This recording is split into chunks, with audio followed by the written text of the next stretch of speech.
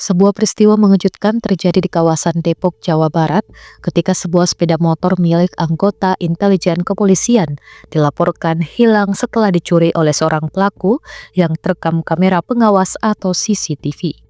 Kejadian ini menjadi sorotan publik dan viral di media sosial setelah rekaman CCTV yang memperlihatkan aksi pelaku tersebar luas. Dalam video yang diunggah oleh akun Instagram @lagi viral pada Selasa 29 April 2025, terlihat seorang pria mendekati motor yang terparkir di pinggir jalan. Dengan tenang dan tanpa menimbulkan kecurigaan, pelaku berhasil membobol kunci kendaraan tersebut dan membawanya kabur hanya dalam hitungan detik.